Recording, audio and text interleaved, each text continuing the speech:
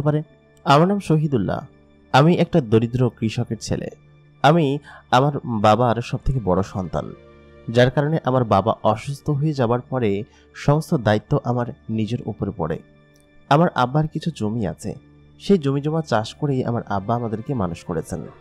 আর আমি বড় সেহেতু পড়ালেখা খুব একটা করতে পারিনি, জীবনটাই স্যাক্রিফাইস করতে হয়েছে। আমি একজন নসিমন চালক, গ্রামে নসিমন চালাই এবং পাশাপাশি আমার খেতে কাজ করি। এরকম করে আমার দিনকাল খুব ভালোই কাটছিল। একটা সময় ছিল বাবা চাষবাস করে খুব ভালোভাবে আমাদেরকে মানুষ করেছিলেন, কিন্তু এখন তার এক সাইড পড়ে গিয়েছে। প্যারালাইসিস হয়ে যাওয়ার কারণে সে বিছানা থেকে উঠতে পারে না, যার কারণে পুরো পরিবারের দায়িত্ব প্রায় 4-5 বছর ধরে আমার নিজের কাঁধেই। তার ওষুধ, মায়ের ওষুধ, ছোট ভাই বোনের পড়াশোনা সব নিজেকেই সামলাতে হয়, যার কারণে সকাল থেকে রাত পর্যন্ত নিরলসভাবে কাজ করে যেতে হয়।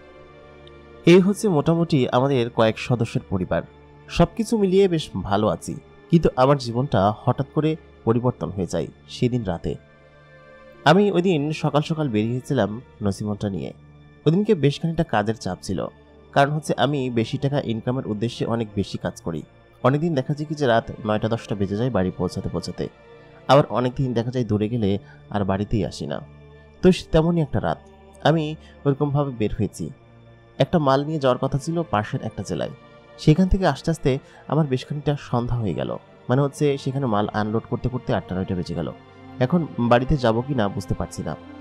খানিকক্ষণ বাদে আমার ছোট বোনের ফোন আসলো যে আব্বা অসুস্থ হয়ে পড়েছে, তাড়াতাড়ি বাড়িতে যেতে হবে। আমি বললাম আচ্ছা ঠিক আছে, আমি আসতেছি। এবং আমাকে রাত্রিতে পৌঁছে কালকে সকালে আব্বাকে নিয়ে হাসপাতালে যেতে হবে। কালকে তাহলে কাজে যাওয়া হবে না। আর আজকে 2 দিন যে পরিমাণ ইনকাম করেছি তাতে করে ভালোই চলে যাবে। তারপর আমি নসিমনটা বাড়ির দিকে টানা শুরু করলাম। যেহেতু আমাদের পাশের জেলা ছিল, 30-35 কিলোমিটার হবে। গাড়ি ভাগালে খুব দ্রুতই পৌঁছে যাব। আমি মালগুলো আনলোড করে দ্রুত গাড়ি টানতে শুরু করলাম। হাইওয়ে রাস্তা ধরে বেশ খানিকটা এগিয়ে আসলাম। তখন বাজে রাত 11টার কাছাকাছি। হাইওয়ে রোড দিয়ে যদি আমি যাই তাহলে আমাকে আরও 5-7 কিলোমিটার বেশি যেতে হবে। আর যদি আমি বাইপাস হয়ে এই গ্রামের রাস্তা ধরে চলে যাই তাহলে আরও দ্রুত পৌঁছে যাব। সেহেতু আমি এই গ্রামের একটা বড় রাস্তায় টার্ন নিলাম এবং এইখান থেকে আমাদের বাড়ি প্রায় 14 কিলোমিটার। এখান থেকে আমি গাড়িটা চালানো শুরু করলাম। খানিকটা দূরে যাওয়ার পরে একটা ঘন এবং বিরান জায়গা পড়ে। এই রাস্তা দিয়ে আমি প্রায় যাতায়াত করি, তবে রাত্রেবেলা এটা প্রথমবার। এরকম জায়গায় ঘন বসতি এবং গাছপালা বেশি। ঘনবসতি বলতে এই অঞ্চলে হিন্দুরা বসবাস করে এবং গাছপালা প্রচুর হওয়ার কারণে খুবই বিদঘুটে লাগছে জায়গাটা, এবং বেশ খানিকটা অন্ধকারও। গতকালকে আমার নসিমনের সামনে বড় হেডলাইটটা লাগিয়েছি, বেশ ভালোই আলো দেয়, যার কারণে কোনো সমস্যা হচ্ছে না। আমি টুকটুক করে গাড়িটা ভাগাতে শুরু করলাম।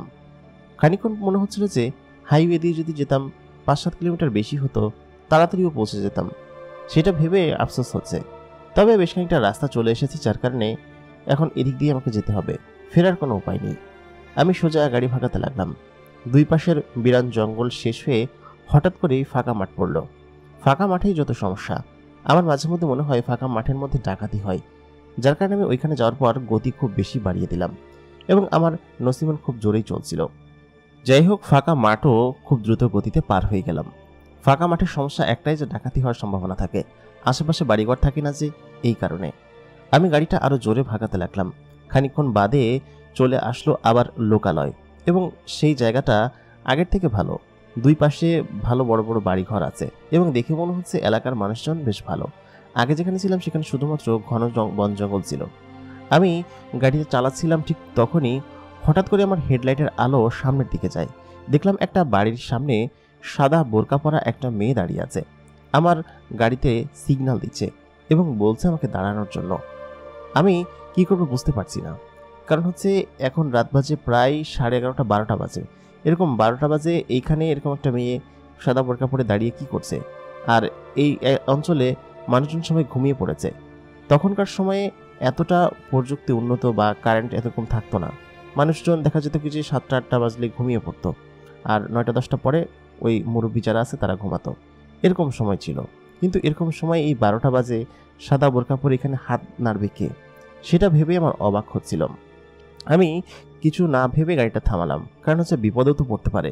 দেখা যাচ্ছে কি যে কেউ অসুস্থ হয়ে গেল, যেমনটা আমার আব্বা অসুস্থ হয়েছে, হয়তো এরকমই কেউ অসুস্থ হইল, যার কারণে হয়তো হাত দিছে। আমি নসিমনটা তার সামনে থামালাম, আর আমার বলেছি যে আমার গাড়ির হেডলাইটটা বেশ খানিকটা ভালো আলো দিচ্ছে, যার কারণে খুব স্পষ্ট বোঝা যাচ্ছে যে একটা মেয়ে মানুষ হাত নাড়ছিল। আমি তার সামনে দাঁড়ালাম, তার চোখের দিকে তাকালাম, তাকিয়ে দেখি তার চোখ নীল বর্ণের, চোখের যে মণি আছে সেটা নীলবর্ণ, এবং সে অনেক সাদা এবং ফর্সা, সেটা বোঝা যাচ্ছে। সে যে বোরকা পরা, সে বোরকার ডিজাইনটাও খুবই ভিন্ন। সাধারণত ওই সময় এরকম বোরকা কেউ পরতো না, খুবই আধুনিক বোরকা, এবং তার উপর আলো পড়লে জিনিসটা যেন চকচক করছে এরকম অবস্থা। তার গায়ের ওই বোরকার উপর নিশ্চয়ই কোনো কারুকার্য দেওয়া আছে, ডায়মন্ড অথবা পাথর দিয়ে। তো আমি তাকে জিজ্ঞেস করলাম, হ্যাঁ কী প্রয়োজন? তখন সে মেয়েটা উত্তর দিল, আপনি কি সামনের দিকে যাচ্ছেন? আমি বললাম, জি হ্যাঁ, আমি সামনের দিকে যাচ্ছি। আমি অমুক জায়গায় যাব। আপনি আপনি আপনি কি কোনো বিপদে পড়েছেন, কোনো সমস্যা? মেয়েটা তখন বলল, হ্যাঁ আসলে সমস্যা, আমি আসলে এখানে এসেছিলাম, এখন আমি বাড়িতে যাব, কিন্তু কোনো গাড়ি ঘোড়া পাচ্ছি না। আপনি কি আমাকে একটু নামিয়ে দিতে পারবেন এই সামনের 2 স্টপ পরে অমুক বাজারে? আমি বললাম, হ্যাঁ আমি তো ওইদিকেই যাচ্ছি, চলুন। তবে এত রাত্রেবেলা আপনি বের হয়েছেন কিসের জন্য? কালকে সকালে চলে যেতেন। মেয়েটা তখন জানালো, আমি তো রাত্রেবেলায় বের হই, এবং আমার এখনই যেতে হবে, না হলে আমি পৌঁছাতে পারবো না, এবং খুব দ্রুত যেতে হবে। আপনি কি আমাকে দ্রুত নামিয়ে দিয়ে আসতে পারবেন? তার কথা আমার মাথার উপর দিয়ে গেল। আমি জিজ্ঞেস করলাম, রাত্রেবেলায় বের হন মানে? মানে আপনি এখন কেন বের হবেন? এখন রাত 12টা বাজে, একটা মেয়ে মানুষ এরকম রাস্তার উপর দাঁড়িয়ে আছেন। আপনাকে আমি পরামর্শ দিব, আপনি বাড়িতে চলে যান। বাড়িতে গিয়ে আজকে থাকেন, নিশ্চয়ই বেড়াতে আসছেন এখানে, আজকে থাকেন, তারপর হচ্ছে কি কালকে আপনি সকাল হলে চলে যান, এখন যাওয়ার দরকার নেই। আর আমি একা একটা পুরুষ মানুষ, আপনি আমার সঙ্গে যাবেন, বিষয়টা কেমন দেখায় না? আর যদি বাজারে নামিয়ে দেওয়ার পরে যদি কোনো গাড়ি ঘোড়া না পান, তাহলে তো আরও সমস্যা হবে। সেহেতু আমি আপনাকে পরামর্শ দিব আপনার না যাওয়া উচিত। মেয়েটা তখন বলল, কেন, আপনি পুরুষ মানুষ বলে কি আমার ভয় করতে হবে, বা আপনি কি আমাকে খেয়ে ফেলবেন? আমি বললাম, না বিষয়টা তেমন না, আসলে যুগ তো ভালো না, দেখা গেল কি যে আপনার একটা ক্ষতি করে দিল কেউ। আমি না করলাম, আমি জাস্ট কথার কথা হিসেবে বললাম। মেয়েটা তখন বলল কি যে, আপনার কথা আমার কাছে ভালো লেগেছে, তবে আমার কিছু হবে না, এবং আপনাকে দেখে মনে হচ্ছে আপনি খুব ভালো মানুষ, সেহেতু আমার কোনো সমস্যা নেই, আপনি আমাকে নিয়ে চলুন। মেয়েটা আর কোনো কথা বলল না, সে কথা বলার আগেই গাড়িতে উঠে বসলো। আমি বললাম, আপনি এই নসিবনে যেতে পারবেন তো? কারণ মেয়েটাকে দেখে মনে হচ্ছিল সে খুব বড়লোক ঘরের মেয়ে এবং বেশ সম্ভ্রান্ত। মেয়েটা বলল, হ্যাঁ আমি যেতে পারবো, সমস্যা নেই। তারপর আমি সেটাকে চালাতে শুরু করলাম। আমি সামনের দিকে চালাচ্ছিলাম আর বারবার লুকিং গ্লাসের দিকে তাকাচ্ছিলাম, কারণ তার চোখাচোখি হয়ে যাচ্ছিল, সেও লুকিং গ্লাসে আমাকে দেখছিল। আমি চোখ সরিয়ে নিলাম, কারণ মেয়েটার চোখের দিকে তাকালে যেন মনে হচ্ছিল এত সুন্দর আমি কোনোদিন দেখিনি।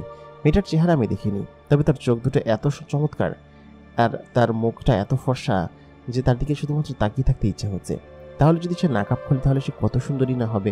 এসব ভাবতে ভাবতেই আমি চালাতে শুরু করলাম। বেশ খানিকটা রাস্তা পেরোলাম। রাস্তা পেরোনোর পরে খানিকটা সামনে যেতেই দেখলাম সেই বাজারটা চলে এসেছে। আমি বললাম, আপনার বাজারে চলে এসেছি। মেয়েটা আমাকে তখন বলল, আমি এই বাজারে নামবো না, সামনের বাজারে নামবো। তারপর আমি আবার ভাগাতে শুরু করলাম। এরকম ভাগাতে ভাগাতে প্রায় আমার বাড়ির বাজারের কাছাকাছি চলে আসলাম, আর একটা স্টপেজ পরে আমার বাজার। তারপর আমি বললাম কি যে, আমি তো সামনের বাজারেই আমার গ্রামের দিকে ঢুকে যাব, আপনি কোথায় নামবেন বললেন না তো? মেয়েটা তখন জানালো, আমিও ওইখানেই নামবো, চলুন। তারপর সে আমাকে সাথে করে সেখানে নিয়ে গেল, এবং সেই বাজারের সামনে আমরা নেমে পড়লাম। আমি বললাম কি, আচ্ছা ঠিক আছে, তাহলে আপনি নামুন, আমি বাড়ির দিকে চলে যাই। মেয়েটা আমাকে তখন জানালো, আমি এইখানে নামবো না। আমি বললাম, এখানে নামবেন না মানো? আমি তো কিছু বুঝতে পারছি না। আপনি অমুক বাজারের কথা বলে আমাকে নিয়ে আসলেন, আর এইখান পর্যন্ত নিয়ে আসলেন, এখন বলছেন আপনি এখানে নামবেন না, বিষয়টা কেমন? আমি কিছুই বুঝতে পারছি না। মেয়েটা তখন জানালো, আসলে আমার যাইবার কোনো জায়গা নেই, আপনি যদি আপনার বাসায় আমাকে একদিনের থাকার জায়গা দিতেন, আমি কালকে সকালবেলা চলে যেতাম। আমি বললাম, আপনি পাগল হয়েছেন নাকি? সকালবেলা চলে যেতেন মানে? আমি আপনাকে চিনি না, জানি না, আর একটা যুবতী মেয়ে আপনি, আমি আপনাকে আমার বাড়িতে কিভাবে নিয়ে যাব? এই কথা বলার পর মেয়েটা কান্না করে দিল। বলল কি যে, আপনি যদি আমাকে একটু সাহায্য করেন, একটু দয়া করেন, তাহলে ভালো হতো। আমি চলে যাব কালকেই, আপনি আমাকে নিয়ে চলুন। কথা দিলাম, কালকে না হয় আমি 2 দিন পরেই চলে যাব, আপনি চিন্তা করবেন না একদমই। আমি তো সবকিছু নিয়ে চিন্তায় পড়ে গেলাম। একা একটা মেয়ে এরকম রাত্রেবেলা বাহিরে রেখে যাওয়া আসলে বিপজ্জনক। আমি বললাম, আচ্ছা ঠিক আছে, তাহলে আর কি করার, আপনি কিন্তু কালকে সকালে চলে যাবেন, ঠিক আছে? মেয়েটা আমাকে জানালো, আচ্ছা ঠিক আছে, আমি দেখি কালকে যদি পারি তাহলে। আমি বললাম, না, 2-1 দিনের মধ্যে চলে যাবো, আপনাকে বেশি কষ্ট দিব না। আমি মেয়েটার চোখের দিকে তাকিয়ে আর না করতে পারলাম না। কারণ হচ্ছে সে কান্না করছিল এবং তার চোখ দুটো এত চমৎকার এবং মায়াবী যে সেই চোখের দিকে তাকালে যে কেউ তার কথা শুনবে। আর সে বিপদে পড়েছে, তাকে তো এভাবে ফেলেও যেতে পারি না আমি এত রাত্রেবেলা। তারপর আমি নসিমনটা বাড়ির দিকে চালাতে শুরু করলাম। খানিকক্ষণ বাদে আমাদের বাড়িতে পৌঁছে গেলাম। মেয়েটা তখনও আমার নসিমনের সামনে বসে আছে। আমি বাড়ির ভিতর নসিমন ঢুকিয়ে বললাম, কিছু নামুন। মেয়েটা নেমে পড়লো। আমি নসিমন ঘরে উঠিয়ে তালা মেরে বাইরে আসলাম। বাইরে আসার পর আমি বললাম, কি যে আপনি এখন এখানে দাঁড়িয়ে আছেন, আপনি ভিতরে যান ঘরে। মেয়েটা বলল, আপনি না আসলে আমি কীভাবে যাব, আমি তো কাউকে চিনি না। তারপর আমি বললাম, আচ্ছা ঠিক আছে আসুন। আমি আমার ঘরের দরজা নক করলাম। দরজা মা খুলে দিল। মা এখন পর্যন্ত ঘুমায়নি। মা এমনটাই করে, কারণ হচ্ছে দেখা যায় কি যে আমি এসে খাবো কি খাবো না বা কীভাবে খাবো সেসব কথা ভেবেই তিনি দরজা খোলা রাখেন। তারপর দরজা খুলে বললেন, কি রে, এত দেরি করলি কিসের জন্য? খাবার নিয়ে আসছিস? চাল কিন্তু ছিল না, তোকে কিন্তু বলা হয়েছে। আমি বললাম, মা ভুলে গেছি, আমি কালকে সকালে নিয়ে আসবো, ঠিক আছে? আর এত রাত্রেবেলা তো কোথাও পাওয়া যাচ্ছে না, কোনো দোকান তো খোলা নেই, তাই না? কালকে নিয়ে আসবো না। তারপর বলে, কিছু তোর বাপের ওষুধ নিয়ে এসছিস? আমি বললাম, হ্যাঁ, ওষুধ আমি আগে কিনে রাখছিলাম যাতে পরবর্তীতে সমস্যা না হয়। তারপর মায়ের হাতে ওষুধটা দিলাম। ওষুধ দিয়ে ঘরের ভিতরে ঢুকতেই যাব, তখন মায়ের চোখ আমার পেছনে দাঁড়িয়ে থাকা সেই মেয়েটার দিকে পড়ল। আমার মা তো হতবাক। সে দেখে বলল, এই মেয়েটাকে কোত্থেকে নিয়ে আসছিস? আমি বললাম, মা বল, চলো ভিতরে চলো, আমি বলছি। তারপর ওকে নিয়ে আমি ভিতরে প্রবেশ করলাম। আমাদের বসার ঘরে বসালাম এবং ও বসলো, আমিও বসলাম এবং আমার মাও বসলো। আমি মাকে বললাম, মা, মেয়েটা বিপদে পড়েছে, রাস্তায় বসে কান্নাকাটি করছিল। আমাকে বললো কি যে আপনার বাসায় 2-1 দিন থেকে তারপর আমি চলে যাব। মা বললো কি যে, কি বলিস, রাস্তায় কান্নাকাটি করছিল? তারপর মা তার নিজের কাছে ডেকে নিল। বললো কি যে, কি ব্যাপার মা, তোমার কান্নাকাটি করছো কিছু জন্য? তোমার বাড়ি কোথায়? তোমার বাবা মা কি করেন? তখন সে মেয়েটা বলল, আসলে আমার কিছুই মনে পড়ছে না, আমি হঠাৎ করেই সব কিছু কেন যেন ভুলে গিয়েছি। আমি আসলে একটা অ্যাক্সিডেন্ট করেছিলাম, তারপর থেকেই আমার আর কিছু মাথায় আসছে না। আমি কি করব কিছুই বুঝতে পারছি না। আমার বাড়ি কোথায়, কোথায় থাকি, কি করি, আমি কিছুই বুঝতে পারছি না। তখন আমার মা বললেন কি যে, আচ্ছা ঠিক আছে, তোমাকে এত চিন্তা করতে হবে না, তুমি যে কয়দিন ইচ্ছা আমাদের এখানে থাকো। আমার কথা শুনে আমার খানিকটা রাগ উঠল। চেনা নেই জানা নেই একটা মেয়েকে এসে যে কয়দিন ইচ্ছা সে কয়দিন রাখছে। আমার এরকম দরদি মনাপনা মন দেখলে আমার আসলে মেজাজটা খারাপ হয়। সে মেয়েটা ঘরে চলে গেল। আম্মা তাকে রুম দেখিয়ে দিল, আমার ছোট বোনের রুম। আমি বললাম, আম্মা তুমি এটা কী করলে? ওকে যে কয়দিন ইচ্ছা, ও কোথায় থাকে কী করে আমি তো কিছুই জানি না। ও বলছে কালকে সকালবেলা চলে যাবে, আর তুমি ওরা এখানে এরকমভাবে রাখতেছো কিসের জন্য? আম্মা বললো কি যে, শোন, মেয়েটা বিপদে পড়ছে, যুবতী মাইয়া, কই যাবে? আমি বললাম, কই যাবে সেটা তো আমার দেখার বিষয় না, তুমি কেন যে এরকম, আর আমি কেন যে উঠবো ঝামেলা বাসা আনতে গেলাম, এরকম আম্মাকে বলতে লাগলাম। মেয়েটা শুনতে পেয়েছে কিনা জানি না, তবে আমার এরকমভাবে বলা উচিত হয়নি। আমি গোসলখানায় চলে গেলাম গোসল করতে। এসে খেতে বসলাম। মা আমাকে খাবার বেড়ে দিচ্ছে। আমি বললাম, খাবার বেড়ে দিতে হবে না, ওরে খাওয়াইছো? মা বললো, কারে? আমি বললাম, আরে যে মেয়েটা নিয়ে আসলাম, ওকে খাইতে দিছো? মা বললো কি যে, না এখনো খাইতে দিই নাই, ও ফ্রেশ হইতে গেছে, ফ্রেশ হয়ে তারপরে এসে খাবে, তুই খাইয়া যা, তারপরে আমরা দুজনে মিলে খাবো। আমি বললাম, মা তুই এখনো খাস নাই? কতবার বলবো যে এরকম না খেয়ে থাকবি না আমার জন্য? তারপর মা বললো কি যে, আচ্ছা ঠিক আছে, আমি খাইয়ে নিচ্ছি, আমরা দুজন একসাথে খাবো, সমস্যা নেই, গল্প করতে করতে খাবো না। আর তোর আব্বারে কিন্তু কালকে ডাক্তারের কাছে নিয়ে যাবি, ঠিক আছে? তোর আব্বার অবস্থা কিন্তু খুবই খারাপ হয়ে গেছিল, রাত্রে নিয়ে গেলে ভালো হইতো, কিন্তু তুই নাই বলে তোর ছোট ভাই নিতে পারে নাই। আর ফরিদা তো এসব কিছু বোঝে না, ওরে বুঝলে আমি সহকারে ওকে নিয়ে যেতাম। আমি নিজেই অসুস্থ রে বাপ, আমার হাত চলে না। তুই তাহলে কালকে যাস, ঠিক আছে? আর শোন, কতবার কইলাম একটা বিয়ে কর, এই বিয়ে না করলে এইসব কাজকামকে আমি একা পারি, একটা হাত তো সাহায্য লাগে, তাই না? আমি বললাম, আম্মা বিয়ে করব, আমার বয়স কত হয়েছে? মাত্র 22-23 বছর বয়স, এখনই বিয়ে করব? আগে একটু টাকা পয়সা জমাইতে দাও, আর এইসব কথা মানে বারবার বলবো না, আমার ভালো লাগে না। তারপর আমি ঘরে শুতে চলে গেলাম। পরের দিন সকালবেলা আমার ঘুম ভাঙলো মেয়েটার ডাকে। মেয়েটা আমাকে বলছে, এই যে শুনছেন, এই যে আপনাকে ডাকছে আপনার মা, ওঠেন, এই যে শুনছেন। আমি বললাম, কে? আমি তাকাতেই সামনে দেখলাম সেই মেয়েটা আমার দিকে তাকিয়ে আছে, তার মুখে নাকাব পড়া। আমার খানিকক্ষণের জন্য মনে হলো যে আমি যেন অন্য কোনো জগতে হারিয়ে গিয়েছি। এটা জীবনের প্রথম যে এরকম কোনো সুন্দরী মেয়ে, এরকম সুন্দর চোখওয়ালা মেয়ে আমাকে আমার কাছে এসে ডাকছে, এই যে শুনছেন বলে। আমার তো নামই কালকে বলা হয়নি। আমি ঘুম থেকে উঠে তার দিকে ভ্যাবলার মতো 2 মিনিট তাকিয়ে থাকলাম। মেয়েটা আমার দিকে তাকিয়ে বলল, আপনাকে আপনার মা ডাকছে, উঠুন। আমি বললাম কি যে, আমার নাম শহীদুল্লাহ, এই যে না। তারপর সেই মেয়েটা লজ্জা পেয়ে ওখান থেকে বেরিয়ে গেল। তার লজ্জা পাওয়া দেখেও আমার কাছে খুব ভালো লাগলো। কেন যেন এই বিষয়গুলো আমার কাছে এরকম লাগছে। কিন্তু এই মেয়েটাকে এখান থেকে ভাগাতেই হবে, কারণ এখানে থাকলেই এক পেট বেশি চলবে এবং আমাকে ইনকাম বেশি করতে হবে। সব মিলিয়ে আমার যেন গা জ্বলতে শুরু করলো। কিন্তু সকালে যে জিনিসটা করে গেল, সেই জিনিসটা আমার কাছে এত ভালো লাগছিল কিসের জন্য? আমার কাছে মনে হচ্ছিল যেন এটাই স্বর্গের সুখ। আমি উঠে পড়লাম, উঠে মাকে বললাম, কি ব্যাপার মা, কি হয়েছে? তখন আমার মা বলল, কি রে, ওঠ, উঠে তোরা বাপরে নিয়ে ডাক্তারের কাছে যাবি না? আমি বললাম, হ্যাঁ যাব। আমি গোসল করতে চলে গেলাম। উঠে দেখি যে আমার ঘরে হরেক রকমের নাস্তা, এবং বিদেশিরা সব নাস্তা খাই ঠিক সেরকম নাস্তা এবং নানান ধরনের খাবার। আমি দেখে তো রেগে গেলাম, বললাম, এত ভালো ভালো খাবার কে রান্না করেছে এবং কে এনেছে এগুলো? মা বলল কি যে, আরে রান্না করেছে ওই মেয়েটা, ওর নাম চাঁদনি, চাঁদনি রান্না করেছে। আমি বললাম, মা ও রান্না করেছে? ও রান্না পারে? কি সুন্দর করে রান্না করেছে, কিন্তু এই সব জিনিস তুমি আনছো কই থেকে? আমাকে কিচ্ছু করতে দেয় নাই, সবও নিজে নিজে রান্না করছে। যা তোর বাপের কাছে যা, তো দেখ তৈরি হইতে বল। তারপর আমি আমার আব্বার কাছে গেলাম। আব্বার কাছে গিয়ে বললাম, আব্বা ওঠো, তোমার কি অবস্থা এখন? আব্বা কালকে রাত্রে ঘুমাই পড়ছিল বলে তার সাথে কথা হয় নাই। সে উঠে পড়লো, উঠে বসে পড়লো। এতদিন সে উঠতেই পারতো না, হঠাৎ করে উঠে বসে পড়লো। তাকে দেখে আমি হতবাক হয়ে গেলাম। আমি বললাম, আব্বা তুমি উঠে বসে পড়ছো কিভাবে? তুমি না উঠতে পারতা না? সে বললো কি যে, জানি না, হঠাৎ করেই কেমন যেন বল পাইলাম কোমরে। তার কোমরের অর্ধেকাংশ পড়ে গেছিল এবং উঠে বসতে পারতো না। তাকে উঠিয়ে দাঁড়া করাতেই সে হালকা হালকা পড়ে যাচ্ছিল, মানে কোমরে পুরোপুরি জোর পাচ্ছে না। আমি দেখে খুশি হয়ে আম্মাকে ডাক দিলাম। আম্মা দৌড়ে আসলো, বললো যে, কি হয়েছে, এরকম ভূত ডাকার মতো ডাকলি কিসের জন্য? আমি বললাম, আম্মা দেখো, আব্বা বসতে পারতেছে। আম্মার চোখে তো পানি ছলছল করতেছে, কারণ বিগত 4 বছরে আব্বা বিছানা থেকে ওঠে নাই। তাকে কোলে করে ধরে উঠাই নিয়ে যাইতে হয়েছে, কিন্তু আব্বা উঠে যে বসছে, এটাই আমাদের জন্য অনেক বড় প্রাপ্তি। আব্বা বিছানার উপর বসলো, সে ঠিকমতো দাঁড়াতে পারছে না। এই জন্য আমার ধারণা সে বেশ কয়েক বছর হাঁটে না, যার কারণে সে হয়তো দাঁড়াতে পারছে না, অথবা কোমরের জোর পুরোপুরি ফেরেনি, সেই জন্য হতে পারে। আমি আব্বাকে বললাম কি যে, আব্বা এখন কি বসতে পারছো ঠিকঠাক মতো? সে বললো, হ্যাঁ আমি তো কোমরে পুরো জোর পাইতেছি, এবং চুপচাপ বসে আছে সে। তারপর সে বসে খানিকক্ষণ ওইখানেই আমাদেরকে দেখলো। আম্মা তো একদম খুশিতে পুরো বাড়ি মাথায় করছে। আমার ভাই বোন সবাই দৌড়ে আসলো, বললো কিছু, কি হয়েছে? আব্বা উঠে বসে আছে।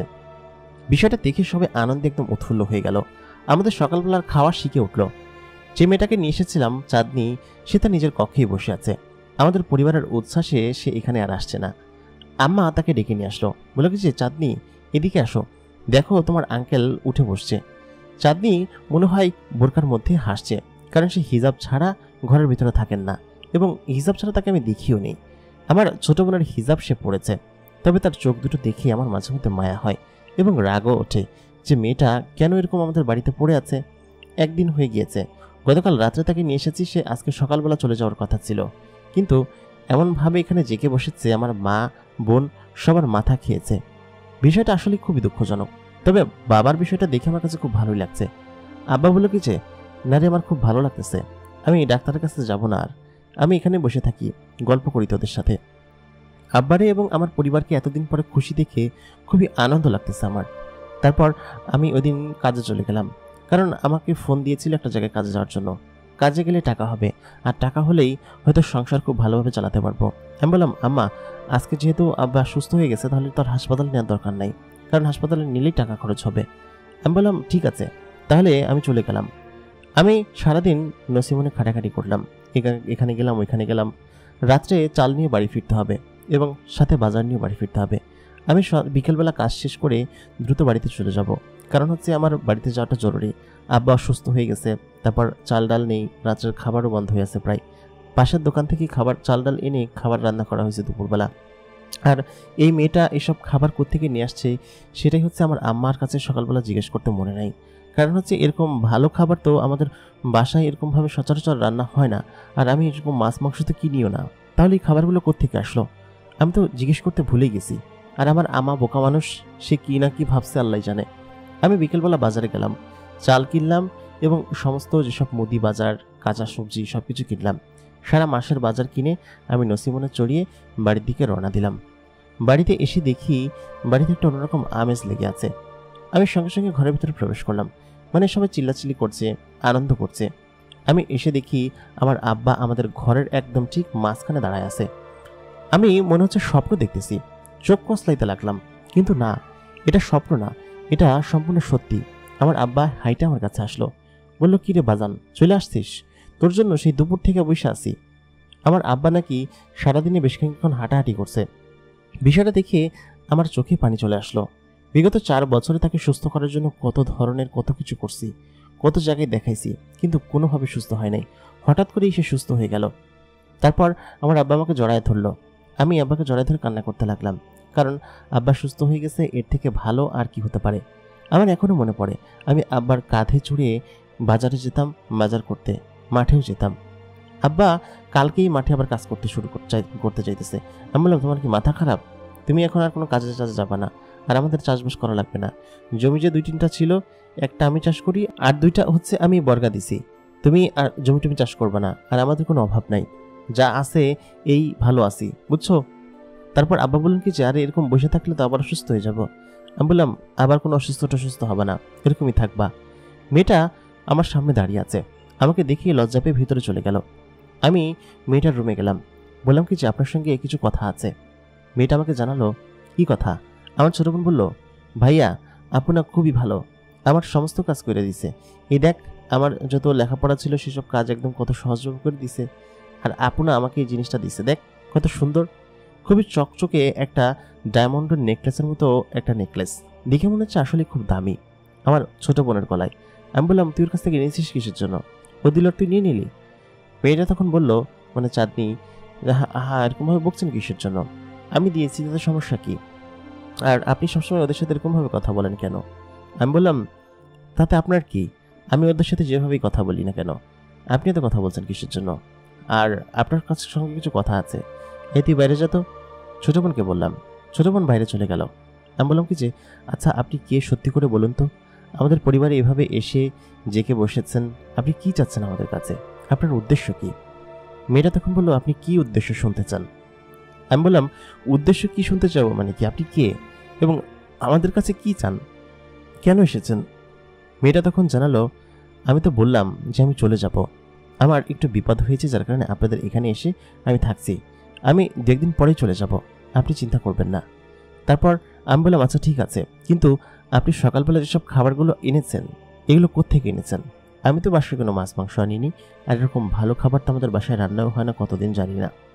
সে বলল কি যে, এটা আমি যেখান থেকেই নিয়ে আসি, আপনার কি তাতে?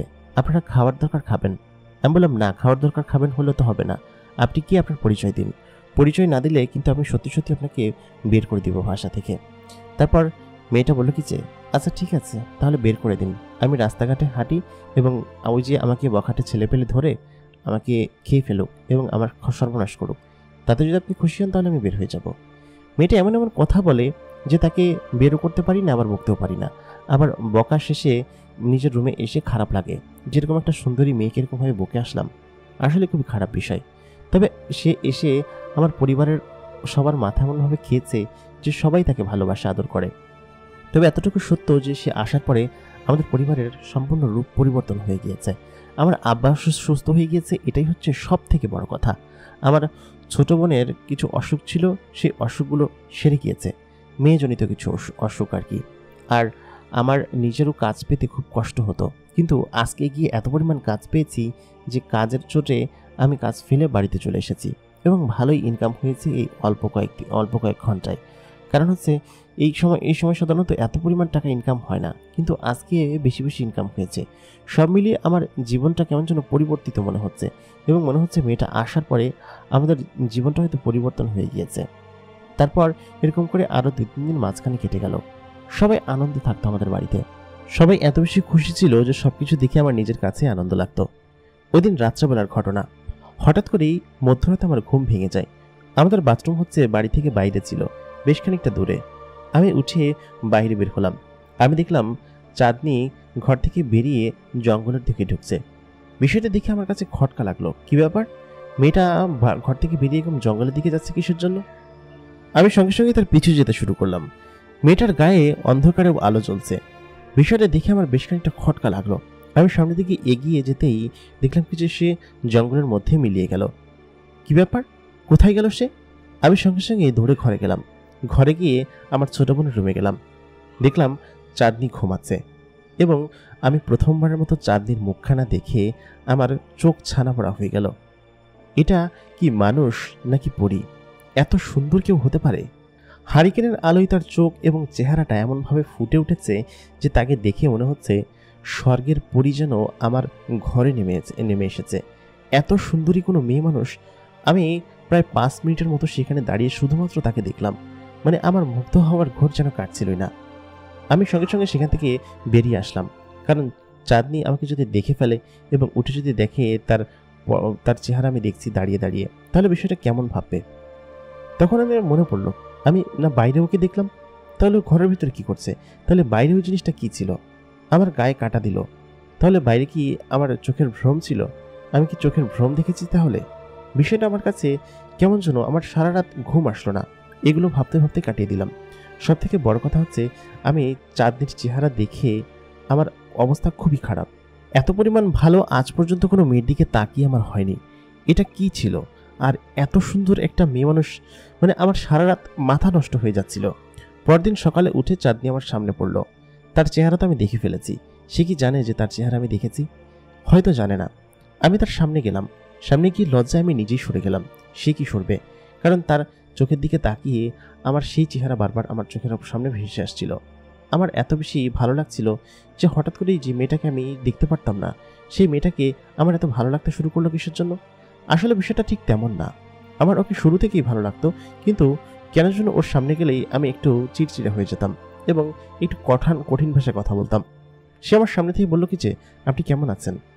চাঁদনি আমাদের বাসায় এসেছে প্রায় 1 সপ্তাহ হয়ে গিয়েছে। এই 1 সপ্তাহ আমাদের বাসায় এত পরিমাণ সুখ শান্তি যে সারা জীবনে এরকম সুখ শান্তি দেখেছি কিনা জানি না। আমার আব্বা আম্মা দুজনেই বেশ হাসি খুশি। আমার ছোট ভাই বোন সবাই বেশ হাসি খুশি থাকে এবং আমার কাজেও খুব ভালো উন্নতি হয়েছে। বেশ কাজ পায় এবং টাকা পয়সারও অভাব অনেকটা ঘুচে গিয়েছে।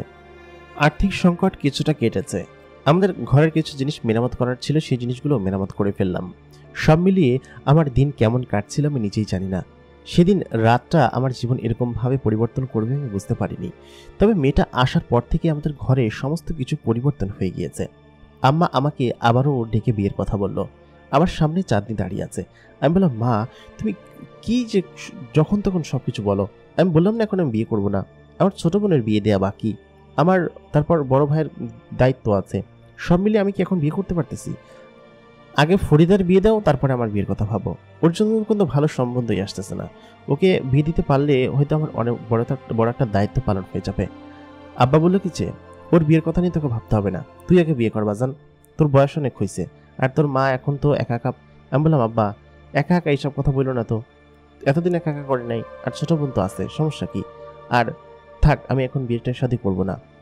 চাঁদনি আমাকে বললো, সবাই যেহেতু বলছে তাহলে একটা বিয়ে করে নিলেই পারেন।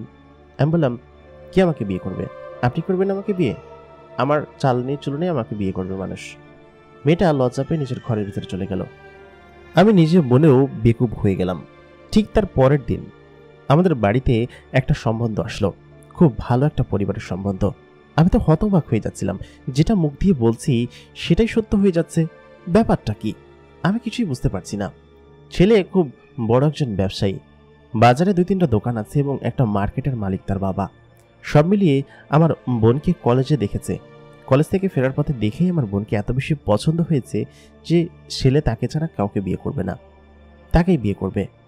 ছেলের ব্যাপারে খোঁজ করলাম, দেখলাম ছেলে খুবই ভালো ছেলে, কিন্তু আমাদের মতো এরকম একটা গরিব এবং একটা ছোট পরিবারে তারা বিয়ে করবে এটা ভেবে আমার খারাপ লাগছিল। যদি কোনো যৌতুক টৌতুক চায় অথবা যদি কোনো খারাপ কিছু করে, দেখা গেল কিছু নিয়ে যাওয়ার পরে এটা ছিল ওটা ছিল, অথবা বোনের উপর অত্যাচার করলো, বিষয়টা আমার কাছে কেমন যেন লাগছিল।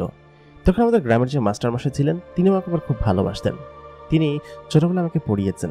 আমি ক্লাস 5-6 পর্যন্ত পড়েছি, তারপরে আর টাকা পয়সার কারণে পড়তে পারিনি। তবে আমার মাস্টারমশাই আমাকে খুব আদর করতেন। তিনি বললেন, ছেলে ভালো, বিয়ে দিয়ে দাও। মাস্টারমশাই যেহেতু বলেছেন সেহেতু আমি আর কথা ফেলতে পারলাম না, আমি আর কোনো যাচাই বাছাই করলাম না। তারপর তারা দেখতে আসলো। ওই দিন দেখতে এসে আমার বোনকে আংটি পরিয়ে গেল। আমার বোন তো কোনোভাবেই বিয়ে করবে না। আমি বললাম, ভালো পরিবার, এরকম পরিবার আর কখনো পাবো না, তুই সুখে থাকবি। যাই হোক, পরিবারের সবাই কথা শুনে সে রাজি হলো। আমার ছোট বোনের বিয়ের জন্য বেশ কিছু অর্থ জমিয়েছিলাম, কিন্তু যেহেতু বিয়ে হচ্ছে এরকম একটা পরিবারে, সেহেতু এত কম পরিমাণ অর্থ দিয়ে কোনো কাজ হবে না। আমি বেশ টেনশনে পড়ে গিয়েছিলাম, কারণ বিয়ের আগের দিন রাত্রেবেলা এত পরিমাণ টাকা আমি কোথা থেকে জোগাড় করব। আমি বেশ কয়েকজনের কাছ থেকে ধার করেছি, কিন্তু ধার করে তো এই বিয়ে উঠানো সম্ভব নয়। বিয়ের পরে আরও খরচাপাতি আছে। সব মিলিয়ে আমি টেনশনে পড়ে গেলাম। আমি আমার ঘরের উঠানে বসে এরকমভাবে ভাবছিলাম। হঠাৎ করেই আমার কাঁধে একটা হাত পড়ল। হাতটা আমার বেশ পরিচিত, এবং যে ঘ্রাণটা আমি পাচ্ছি সেই ঘ্রাণটাও আমার বেশ পরিচিত। আমার পেছনে চাঁদনি দাঁড়িয়ে আছে। চাঁদনি বলল কি যে, আপনি এত টেনশন করবেন না, আপনি আমার এই গহনাটা বিক্রি করে টাকা জোগাড় করে নিয়ে আসুন, আশা করি ঠিক হয়ে যাবে। আমি বললাম, আপনার গহনা আমি বিক্রি করবো কিসের জন্য? আপনি নিজেকে কি মনে করেন বলুন তো? সবসময় আমাদেরকে এত উপকার করছেন, আপনি কি আসলে বলুন তো? চাঁদনি বলল কি যে, আমি কেউ না, আমি আপনাদের কেউ না, কিন্তু তবুও আপনাদের সাথে থাকতে, আপনাদের উপকার করতে, আপনাদের দুঃখ দুর্দশা দেখতে আমার খুব ভালো লাগছে। কারণ হচ্ছে, দুঃখ দুর্দশা দূর করতে পেরেও একটা আনন্দ আছে। আপনি আর কোনো কথা বাড়াবেন না, প্লিজ দয়া করে এই জিনিসটা আপনি বিক্রি করে আপনার বোনের বিয়ে দিন, ধুমধাম করে বিয়ে দিন। আপনার তো একটা মাত্রই বোন, তাই না? সেহেতু আপনি এটা নিয়ে আপনি দ্রুত বিয়ে দিন আপনার বোনকে, খুব ধুমধাম করে। আমার কাছে খুব ভালো লাগছে বিষয়টা। মেয়েটা এই কথা বলার পর আমি বললাম কি যে, আপনি এমনটা কেন করছেন বলুন তো? আপনি এত ভালো, আর আমি আপনার সঙ্গে নিয়মিত খারাপ ব্যবহার করি, তাই না? মেয়েটা তখন বলল, প্রিয় মানুষের খারাপ ব্যবহারও খুব ভালো লাগে। কথাটা শুনে আমি বললাম, কি বললেন? তারপর সে ওখান থেকে দৌড়ে চলে গেল, তার গহনাটা আমার হাতে দিয়ে। গহনাটা দেখে মনে হচ্ছে বেশ দামি। আমি আর তার কাছে যাওয়ার সাহস পেলাম না, কারণ তাকে গেলে হয়তো লজ্জা পাবে, অথবা সে আমাকে কি বলল আমি সেটাই আমার মাথার উপর দিয়ে গেল। তবে তাকে যে আমি মনে মনে পছন্দ এবং ভালোবেসে ফেলেছি সেটা আমি দিব্যি বুঝতে পারছি। কারণ হচ্ছে, সেই মেয়েটাকে শুরুর দিন থেকে আমি সহ্য করতে পারতাম না। আজকে তার প্রতি এরকম একটা অনুভূতি আমার জাগ্রত হয়েছে। আমি বুঝতে পারি, তার কাছ থেকে যখন দূরে থাকি তখন আমার মনে হয় যেন আমি অনেক কষ্টে আছি, বা তাকে অনেক মিস করছি, তাকে দেখতে ইচ্ছে হচ্ছে। সেদিন রাতে আমি যা দেখেছিলাম, তারপরে প্রায় রাতেই আমি ওকে দেখতে চাই, লুকিয়ে লুকিয়ে দেখি। আমার এত বেশি ভালো লাগে যে আমি কিছু বলে বোঝাতে পারবো না। যাই হোক, পরের দিন সকালবেলা উঠে সেই জিনিসটাকে আমি বাজারে বিক্রি করে আসলাম। জিনিসটা যা দাম পাবো ভেবেছিলাম তার থেকে অনেক বেশি দাম পেলাম, এবং খুবই দামি। আমি জিনিসটাকে বিক্রি না করে বন্ধক রেখে আসলাম, কারণ হচ্ছে এটাকে বিক্রি করলে হয়তো পরবর্তীতে আমি ওকে আর ফেরত দিতে পারবো না। এই জিনিসটা বন্ধক রেখে বেশ কিছু টাকা পাওয়া গেল, কারণ ওরা বলেছিল জিনিসটা খুব দামি, এবং বন্ধক রেখে ভালো টাকা পাওয়া গেছে। আমি সেই টাকা এনে আমার বোনের ধুমধাম করে বিয়ে দিলাম। ওই দিন আমার বোনের বিয়ে হলো, এবং সবাই আমাদের বাড়িতে এসে বারবার শুধুমাত্র চাঁদনির কথা জিজ্ঞেস করতে লাগলো। আত্মীয় স্বজন যারা এসেছিল, যে মেয়েটাকে। আমার মা বলল কি যে, সেসব দিয়ে তোমাদের কি? তবে পাড়া প্রতিবেশী এবং আমার মায়ের যেসব বন্টন ছিল তারা তো মহিলা মানুষ, মহিলা তো আর ছাড় দেয় না। তারা কানাঘুষা করতে লাগলো যে এই মেয়েটাকে প্রায় 1-1.5 মাস ধরে এই বাসায় রাখছে, একটা যুবতী মাইয়া, কে কই থেকে নিয়ে আসছে। এই কথা শুনে আমার মায়ের রাগ হয়ে গেল। বললো কি, যুবতী মাইয়া মানে? এটা আমাদের শহীদুল্লাহর বউ। আমার মা আবার কথায় কথায় বলে দিল যে এটা আমাদের শহীদুল্লাহর বউ। ফালতু উল্টাপাল্টা কথা বলো কিসের জন্য? উল্টাপাল্টা কথা বললে দাঁত ভেঙে দিব তোমাদের। আমার যে খালা ছিল সেই খালা বললো কি যে, তোর ছাওয়ালের বিয়ে দিলি, আমাদেরকে বললি না, এটা কেমন কথা? আমার মা বলছে কি যে, কেন তোদের বলতে হবে কিসের জন্য? তোরা তোদের ছাওয়াল পালের বিয়ে দিয়া কি আমাদের বলছিলি? আমার মায়ের বিয়ে হইতেছে, অনুষ্ঠান করতেছি, তোরা আইসিস, ছাওয়াল বিয়ে করে নিয়ে আসছে, আমি কেমনে বলবো? এই কথা বলার পর আমি বললাম, আম্মা তুমি সব কি বলতেছো বলো তো? চাঁদনি সেখানে রুমের ভিতরে থেকে সবকিছু শুনতে পাচ্ছে। চাঁদনি ভীষণ লজ্জা পাচ্ছে, বুঝতে পারছি আমি বললাম, আম্মা ফালতু কথা বলো কিসের জন্য? আর আপনারা খালা আসছেন বিয়ে খাইতে, আর উল্টাপাল্টা কথা বলা শুরু করে দিচ্ছেন। আপনারা বিয়ে খাই তাড়াতাড়ি জানতো, ফালতু লোকজন সব। এই কথা শুনে খালা রেগে গেল এবং বললো, তোদের বাড়িতে আমি আর কোনোদিন আসবো না। তারপর তিনি চলে গেলেন। তারা দুজন কিন্তু আপন বোন, তারা আপন বোন হয়ে এরকম কাণ্ড করলেন। বিষয়টা দেখে আমার কাছে খারাপই লাগলো। আমার বোনের বিদায় তখন হয়ে গেছে আর কি, বিয়ে হয়ে বোনকে নিয়ে চলে গেছে। এমনিতেই মন মেজাজ খারাপ, আর তারা এসব বিষয় নিয়ে বকাবকি করতেছে। ঘরের ভিতরে একটা গন্ডগোলের মতো লেগে গেল। আত্মীয় স্বজন যারা ছিল তারা একে একে চলে যাচ্ছিল। আর খালা বললো কি যে আমি তোদের বাড়ি আর জীবনেও আসবো না। আম্মা বললো কি যে আমাকে আর আসতেও হবে না, তুই আয়সা কিউবা করছিস। তারপর সবাই চলে গেল। বাড়িটা ফাঁকা হয়ে গেছে, কেমন যেন ফাঁকা ফাঁকা লাগতেছে। একটা মাত্রই ছোট বোন ছিল, সে বাড়িটা একদম উজালা করে রাখত। আমি আবারও সেদিনকার মতো উঠানে বসে থাকলাম। চাঁদনি এসে পেছন থেকে ডাক দিল। চাঁদনি আসলে ওর ডাক দেওয়া লাগে না, আমি আগে থেকেই টের পেয়ে যাই। আমি বললাম, চাঁদনি তুমি এসেছো? চাঁদনি কথা বলে বললো কি যে আমি তো ডাকই দিতে পারলাম না, তার আগেই বুঝে গেলেন যে আমি এসেছি। আমি বললাম, হ্যাঁ টের পাওয়া যায় যে তুমি এসেছো। তারপর চাঁদনি বললো কি যে আপনার মন খারাপ মনে হচ্ছে, কি ব্যাপার? আমি বললাম, মন খারাপ তো হবেই একটু, ছোট বোনকে বিদায় দিয়ে দিলাম, এত বছর নিজে কোলে পিঠে করে মানুষ করেছি, আসলে খারাপ লাগে। চাঁদনি বলল কি যে কষ্ট পাবেন না। আচ্ছা, আপনি কি কালকে আমাকে একটু মার্কেটে নিয়ে যেতে পারবেন? আমার বেশ কিছু জিনিস কেনাকাটা করতে হবে। আমি বললাম, আচ্ছা ঠিক আছে, নিয়ে যাব। আমার মন খারাপ ছিল, প্রায় অর্ধেক রাতে আমি সেখানে বসে কাটালাম। পরে একটু পরে উঠে আমি যখন ভিতরে যাব, দেখলাম ঠিক সেদিনকার মতো ওরকমভাবে জঙ্গলের ভিতরে চাঁদনি চলে যাচ্ছে। আমি তার পিছু পিছু যেতে শুরু করলাম এবং খানিকটা দূরে গিয়ে সে অন্ধকারে মিলিয়ে গেল। আমি বুঝতে পারলাম না এই মেয়েটা কোথায় যায়। সেদিনকে না হয় ভ্রম দেখেছিলাম, কিন্তু আজকে আমি সঙ্গে সঙ্গে দৌড়ে ঘরে গেলাম। ঘরে গিয়ে দেখলাম চাঁদনি তার নিজের রুমে বসে আছে। আমি বললাম, তুমি একটু আগে না বাইরে ছিলে? চাঁদনির মুখের নাকাবটা খানিকটা সরানো, সে সঙ্গে সঙ্গে নাকাবটা ঠিক করে নিল। আমি বললাম, কি ব্যাপার, আপনাকে দেখলাম না আমি বাইরে? চাঁদনি বলল কি যে কই, আমি তো এখানেই ছিলাম, এখানেই তো আমি বসে আছি। তারপর আমি বললাম, ও আচ্ছা ঠিক আছে, হয়তো আমি ভুল দেখেছি। তারপর আমি নিজের রুমে চলে গেলাম। চাঁদনি আমার দিকে বেশ খানিকক্ষণ তাকিয়েছিল। কালকে সকালে মার্কেটে নিয়ে যেতে হবে ওকে। আমি সকালবেলা ঘুম থেকে উঠে দেখলাম ও আমাকে ডাকছে, এই যে শুনছেন, উঠুন, আমাকে না মার্কেটে নিয়ে যাবেন। আমি উঠে পড়লাম, উঠে বসে আছি, চুপ করে ধ্যানধার মতো বসে আছি। সে আমাকে মার্কেটে নিয়ে যাওয়ার জন্য এরকমভাবে ডাকছে। মেয়েটা খুব করে সেজেছে, সে আজকে আর হিজাব বোরকা এসব কোনো কিছু পরেনি। তার চেহারা স্পষ্ট দেখা যাচ্ছে। আমার ছোট বোনের মেকআপ নিয়ে বেশ খানিকটা সাজুগুজু করেছে। আমি সঙ্গে সঙ্গে উঠে বসলাম। উঠে তার দিকে তাকিয়ে আমি আবার বিছানায় পড়ে গেলাম। পড়ে আমার মাথা চক্কর দিয়ে উঠল। মানে এত সুন্দর এবং এত মায়াবী যে তার দিকে তাকিয়ে সত্যি সত্যি আমি অজ্ঞান হয়ে যাওয়ার মতো অবস্থা, আমি ঘুরে পড়ে যাওয়ার মতো অবস্থা। আমি সঙ্গে সঙ্গেই উঠে আবার বসলাম।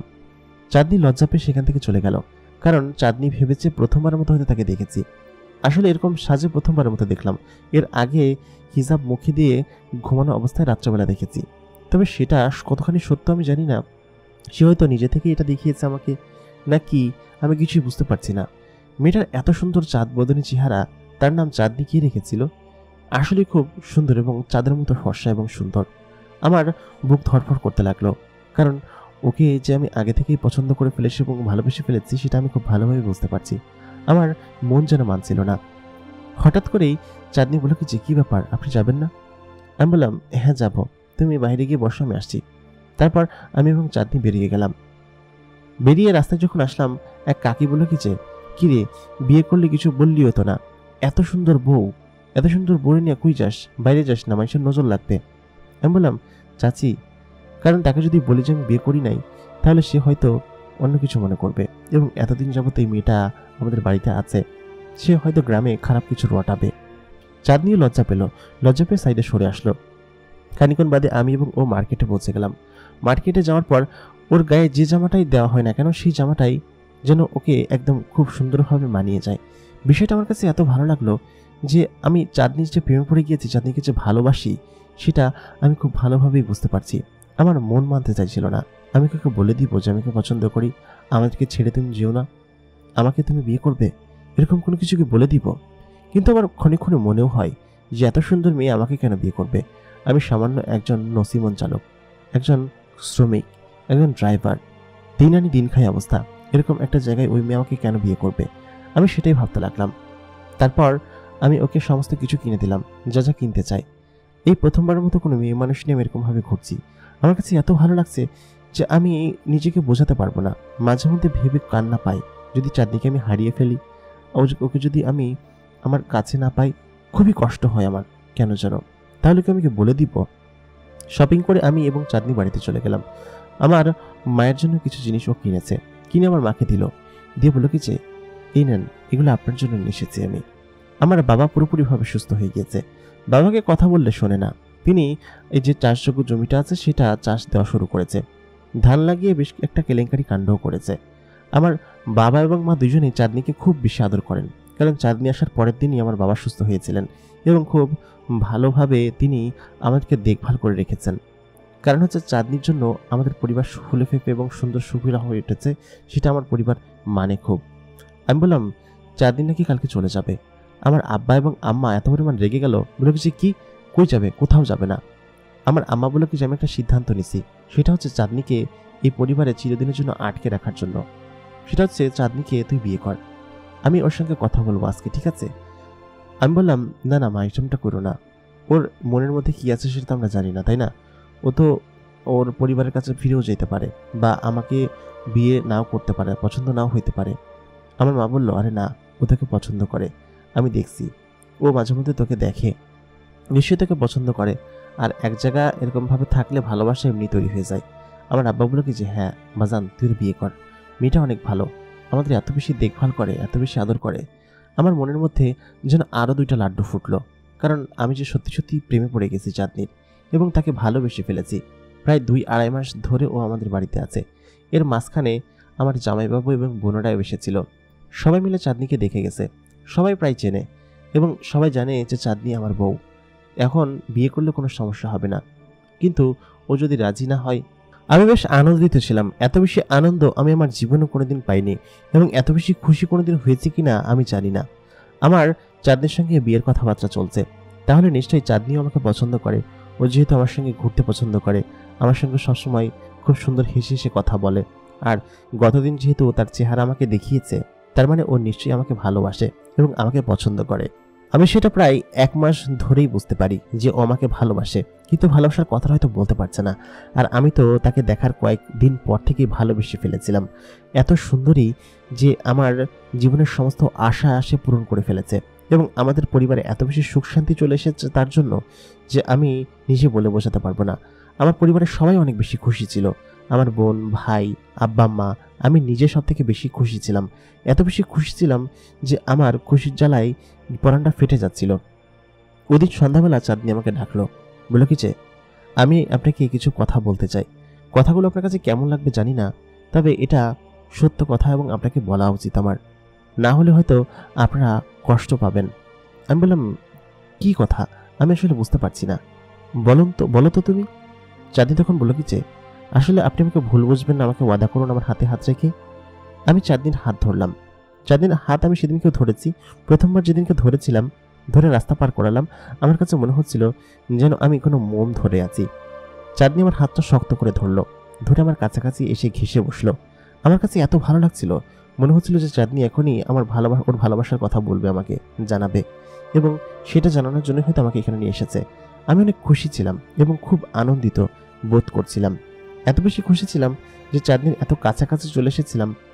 ও আমাকে খুব শক্ত করে চেপে ধরলো আর কি, মানে হাত দিয়ে, এবং আমার কাছাকাছি ঘেঁষে বসে বলল কি যে শহীদুল্লাহ, আসলে আমি তোমাকে একটা কথা বলতে চাই। কথাটা হচ্ছে গিয়ে আমি কোনো মানুষ না। এই কথা শোনার পর আমি বললাম কি বলছো, মানুষ না মানে তুমি কি তাহলে কি কোনো ভূত পেতনি নাকি? তখন চাঁদনি বলল আসলে বিষয়টা তেমন না, আমি সত্যি কোনো মানুষ না, আমি হচ্ছি একটা জিন জাতি এবং আমার তাল্লুক হচ্ছে জিনেদের দুনিয়ায় এবং আমি ওইখানেই থাকি। এই কথা শুনে আমি সঙ্গে সঙ্গে তার থেকে খানিকটা সরে গেলাম এবং তার হাত ছেড়ে দিলাম, কারণ আমার বুকের মধ্যে একটা বাড়ি দিয়ে উঠল। সে একটা জিন জাতি, বিষয়টা কি সে সত্যি বলছে নাকি মজা করছে আমার সঙ্গে? আমি বললাম আপনি আমার সঙ্গে মজা করছেন না তো? মুহূর্তের মধ্যে তুমি থেকে আমি আপনিতে চলে গেলাম, কারণ তার কথা শুনে আমার আক্কেল গরম অবস্থা, আমার বুকের মধ্যে বাড়ি দিয়ে উঠল। আমি বললাম আপনি কি সত্যি সত্যি? চাঁদনি বলল আপনি করে বলছেন কিসের জন্য, তুমি করে বলো। আমি বললাম আচ্ছা তুমি কি সত্যি কথা বলছো, আমি কিন্তু কিছু বুঝতে পারছি না।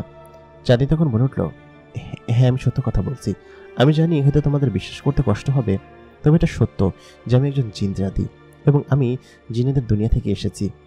আসলে আমরা পৃথিবীতে কয়েক বছর পর পরই আসি এবং এসে মানুষের সঙ্গে মিশি এবং মানুষের সঙ্গে থাকি। মানুষের সঙ্গে থেকে তাদের তরতরিকা চালচলন আমরা দেখি এবং তাদের সঙ্গে বেশ কিছুদিন থেকে আমরা এখান থেকে চলে যাই। তবে মানুষের সঙ্গে মিশি না খুব একটা। কিন্তু সেদিন রাতে প্রথমবারের মতো তোমাকে দেখে আমার তোমাকে খুব ভালো লাগে এবং তোমার সঙ্গে তোমাদের বাড়িতে চলে আসি। আমি বাড়িতে এসে তোমাদের পরিবারে যখন থাকলাম, আমি তো ভেবেছিলাম এখানে একদিন থাকবো, থেকে চলে যাব। কিন্তু তোমাদের পরিবারের সঙ্গে থেকে আমার এত বেশি ভালো লাগে যে আমি আর এখান থেকে যেতেই চাই না। সাধারণত 1 মাস অথবা 1.5 মাসের মধ্যে আমাদের এই কাজ কমপ্লিট হয়ে যায় এবং আমরা চলে যাই আমাদের নিজেদের দেশে। কিন্তু তোমাদের এখানে যে কীভাবে 2-3 মাস কেটে গেল আমি কিছুই বুঝতে পারিনি।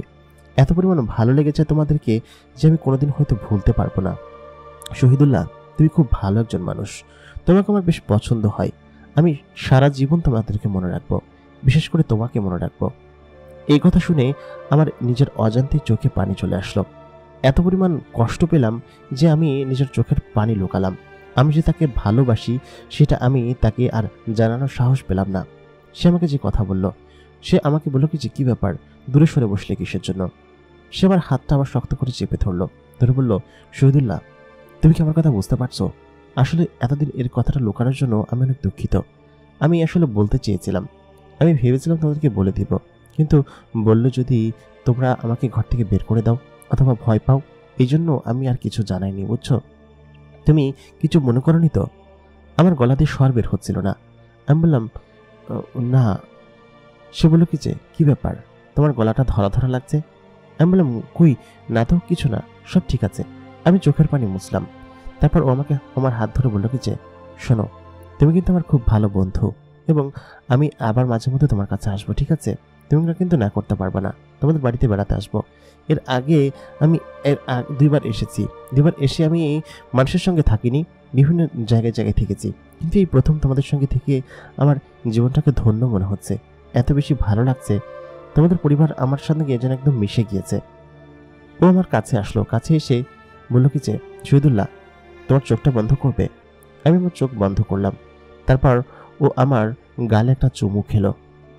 কেন খেলো জানি না, তবে ওইটা খাওয়ার পরে আমার পরাণের মধ্যে যেন আরেকটু পুড়ে উঠল। বলল কি যে, এটা তোমার পুরস্কার, তোমার সততা এবং ভালো লাগার জন্য। আমি তোমাকে পছন্দ করি এবং তোমাকে ভালোও লাগে। নিশ্চয়ই আবার তোমার সঙ্গে আমার দেখা হবে। আমাকে আজকে রাতেই চলে যেতে হবে। আমি তোমার আব্বা আমার কাছ থেকে একটু পরে বিদায় নিব এবং বলবো যে কালকে সকালে চলে যাব। তাই বলে আমি রাতেই চলে যাব, তুমি একটু তাদেরকে ম্যানেজ করে নিও, ঠিক আছে? কারণ আমাদের রাতে বিচরণ করতে হয়। এই কথা শুনে আমি কি করব কিছুই বুঝতে পারছি না। আমার পরাণের ভেতর যেন ফেটে পড়ছিল সমস্ত কিছু। 101টা বারুদ ফুটছিল, যেন পরাণের মধ্যে যুদ্ধ লেগে গিয়েছে। কষ্টে একদম পুরো শরীর ছিঁড়ে যাচ্ছিল। ও এবং আমি বেশ কিছুক্ষণ সেখানে বসে থাকলাম, ওর হাত ধরেই বসে থাকলাম। তারপর আম্মা আমাদেরকে ভিতর থেকে ডাকলো, আমরা দুজন ভেতরে চলে গেলাম। আমি আম্মাকে বললাম কি যে, আম্মা শোনো, ও হচ্ছে গিয়ে কালকে চলে যাবে, ওর আব্বা ওকে নিতে আসবে কালকে। ও আসলে বাড়ি থেকে ভয়ে পালিয়ে এসেছিল। ওর আব্বা জোর করে ওকে কারোর সঙ্গে বিয়ে দিতে চায়, যার কারণে পালিয়ে ও এখানে চলে এসেছিল। কিন্তু ওর আব্বা বিষয়টা বুঝতে পেরেছে, কালকে ওকে ওর আব্বা নিতে আসবে, বুঝতে পেরেছ? এই কথা বলার পর আম্মার চোখ দিয়ে পানি পড়ে গেল। চাঁদনি তখন ঘরের ভিতরে চলে গিয়েছে। আম্মা তার নিজের চোখের পানি লুকালো। রাত্রেবেলা আমরা সবাই ঘুমিয়ে পড়লাম। আমাদের মন খুবই খারাপ ছিল, কারণ আমার আম্মা ভেবেছে যে ও চলে যাবে, কিন্তু আম্মা যে কষ্ট পেয়েছে সেটা আমি বুঝতে পেরেছি তার চোখের পানি দেখেই। আমি আম্মাকে বললাম, আম্মা তুমি কিছু বললো না দয়া করে। আম্মা বলে কি যে, আমি কালকে সকালবেলা উঠে ওকে বলবো, ওর আব্বা নিতে আসবে, তাতে কি হয়েছে? আমাদের সঙ্গে বিয়ে দিতে পারবে না? আর ওরা বড়লোক হলে কি হয়েছে, দেখে বড়লোক মনে হচ্ছে। আমি তো ওকে বলবো। আমার ধারণা চাঁদনি তোকে পছন্দ করে এবং তোকে বিয়েও করবে, সমস্যা নেই। এই কথা বলার পর আমি বললাম কি, আম্মা প্লিজ বইলো না তুমি, ঠিক আছে? তারপর আমি নিজের ঘরে চলে গেলাম। আম্মা পরের দিন সকালবেলা উঠা চাঁদনিকে বলতে গেছিল, কিন্তু নিজের ঘরে গিয়ে দেখে কি যে চাঁদনি সেখানে নাই, চাঁদনি চলে গেছে। আমি তো জানি যে চাঁদনি রাতের বেলা চলে যাবে এবং সেটা আমাকে বলে গেছে। আমি সারা রাত ঘুমাতে পারিনি। চাঁদনি যখন গেছে তখন আমি ওইখানে দাঁড়াচ্ছিলাম। আমি খানিকক্ষণ পরে দেখি সে তার নিজের রুমে নেই, নিজের রুম থেকে বের হয়ে গেছে। তাকে এত বেশি ভালোবেসেছিলাম যে সে যখন বলল যে আমি চলে যাব, আমার পরাণটা ছিঁড়ে যাচ্ছিল। এত পরিমাণ কষ্ট হচ্ছিল যে আমি বলে বোঝাতে পারবো না। পরের দিন সকালবেলা উঠে আমার আম্মা বলল কি যে, কি ব্যাপার, চাঁদনি কই? আমি বললাম, ওর আব্বা আসছিল, ওকে নিয়ে গেছে। তারপর আম্মা বলল কি যে, নিয়ে গেছে মানে আমার কাছে না জিজ্ঞেস করে ও কখনোই যাবে না। ও এরকমটা কেন করলো? ও কখনোই আমাদের কাছে না জিজ্ঞেস করে যাবে না। আমার আম্মা কান্না করে দিল, কারণ একটা মানুষের প্রতি, আর সে তো মানুষ ছিল না, সে হচ্ছে একটা জিন ছিল। একটা মানুষের প্রতি এত পরিমাণ ভালোবাসা কারোর জন্মাতে পারে, সেটা আমার পরিবারের লোকজন না দেখলে বোঝা যায় না। আর চাঁদনি যে এরকমভাবে চলে যাবে আমরা কোনোদিন কল্পনা করতে পারিনি। আমার আব্বা বলল কি যে মেয়েটা এরকমভাবে চলে গেল, মেয়েটার বাড়ি কোথায়, ঠিকানা রাখছিস? আমি বললাম, না আব্বা, ঠিকানা রাখি নাই, তবে ও বলছে ও কয়েকদিন পরে আবার আসবে। আমার আম্মা বেশ খানিকটা কষ্ট পেয়েছিল, এমনকি সে অসুস্থ হয়ে গেছিল চাঁদনির জন্য। আমি নিজে খেতে পারতাম না, ঘুমাতে পারতাম না, চিৎকার করে কান্না করতাম, বাইরে গিয়ে কাজে যেতে পারতাম না। সব মিলিয়ে আমার স্বাভাবিক হতে বেশ খানিকটা সময় লাগে, এমনকি আমি এখন পর্যন্ত স্বাভাবিক হতে পারিনি। এই ঘটনার প্রায় 4 বছর কেটে গিয়েছে, আমি এখন পর্যন্ত বিয়ে করিনি। আমার আম্মা এখন আমাকে বলে, কি রে বিয়ে করবি না তুই, বিয়ে করিস না কিসের জন্য? সেই কষ্ট আমি এখন পর্যন্ত ঢাকতে পারিনি। আমি কি দিয়ে ঢাকবো? আমি অপেক্ষায় আছি যে চাঁদনি হয়তো কোনোদিন আমার কাছে আসবে এবং আমাকে ভালোবাসবে। আপনাদের কি মনে হয় চাঁদনি কি আমার কাছে আসবে? আমার মনে হয় যে চাঁদনি আমাকে ভালোবাসে, হয়তো কোনো কিছুর জেরে বা কোনো চাপে পড়ে সে চলে গিয়েছে। কোনো একদিন আসবে সেই আশায় আমি বুক বেঁধে বসে আছি 4 বছর ধরে। যদি চাঁদনি আমাদের কাছে আসে তাহলে ওকে সারা জীবন এত বেশি ভালোবাসবো যে ও আর ফিরে যেতে চাইবে না। সে তো একটা জিন জাতি, মানুষের কাছে কি সে আসবে? আপনাদের কি মনে হয় চাঁদনি কি আমার কাছে আর ফিরে আসবে? তাকে এত বেশি ভালোবাসা আমরা দিয়েছি, সেটার মূল্য কি তারা সে দেবে? 4 বছর ধরে তার অপেক্ষায় বসে আছি। শহীদুল্লাহর চাঁদনি কি কখনো ফিরে আসবে এবং তার সঙ্গে আবার ভালোবাসার সম্পর্কে জড়াবে? বিষয়টা কি মনে হয়? আপনাদের কাছে যদি মনে হয় হ্যাঁ, তাহলে হ্যাঁ লিখে জানান আমাদেরকে, কমেন্টে জানান আপনার মতামত। এতক্ষণ কণ্ঠে আমি ইমরান আপনাদের সঙ্গে ছিলাম এবং আপনারা দেখছেন দ্য মেগা বক্স।